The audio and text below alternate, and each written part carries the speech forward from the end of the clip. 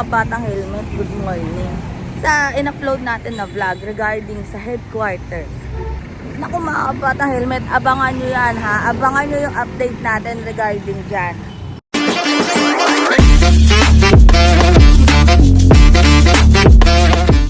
Headquarters. Talaga, super excited na ako pero bibitinin ko muna kayo. Pero basta kapit lang at abangan nyo talaga talaga ngayong July. Pero ito nga mga bata helmet, good vibes yan. Pero ito may napanood akong video, ayan o.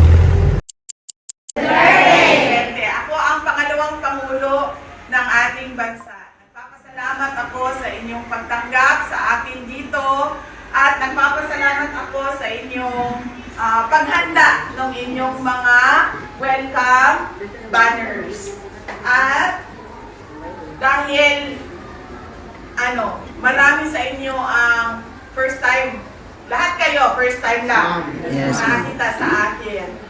Baka may gusto kayong tanong, pwede nyo nang itanong ngayon. Hindi ko lubos makisip sa nanggagaling talaga yung guts, yung nerves ni Madam Sara Duterte. Gusto ko mga estudyante yata yan kasi pag nasa classroom. So ano ba to? Nagdodoktrina. Ano ka sa mindset yan? Nakalagay ito sa blackboard. Ano ko? Hindi ko na nagamaaraw.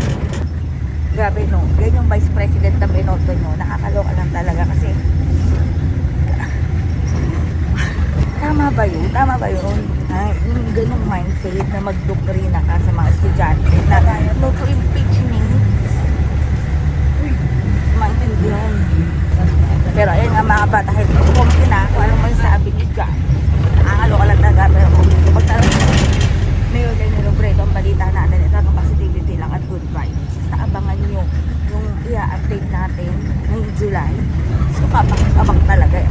Ang masasabi ko lang sa ngayon, mga bata helmet, ay kapit lang talaga ha. Kapit lang for 2020. Sa mga hindi pa nakasubscribe sa amin, hindi na subscribe o mag-like, mag-share at mag-comment na rin kayo. Nag-YouTube kasi ako ay school ako. Monday na Monday mga bata helmet. Sana maganda yung Lunes natin ha. Para maganda pong bongga tong week na to. Pero masabi